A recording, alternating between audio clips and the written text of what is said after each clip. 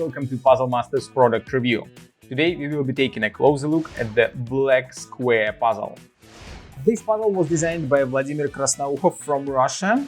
Difficulty level of the Black Square puzzle is 7 out of 10 on the Puzzle Masters difficulty scale that runs from 5 to 10. And the objective of the puzzle is to fit the black square inside the frame with the rest of the pieces. As you can see, there is plenty of space here and here, but you can't cut this piece into two parts and fit inside. So you have to rearrange all parts in such a way that you will be able to fit all parts, including the black square. And it will be quite a challenge since it is not so easy to find the correct approach how to put all parts inside, and you will have to rearrange the puzzle quite a lot until you will be able to find the solution. As you can see, I'm almost done with it, but I can't fit all the parts in.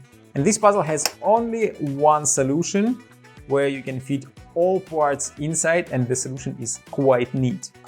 If you like the Black Square puzzle and you want to try to solve it by yourself, you can buy it at puzzlemaster.ca.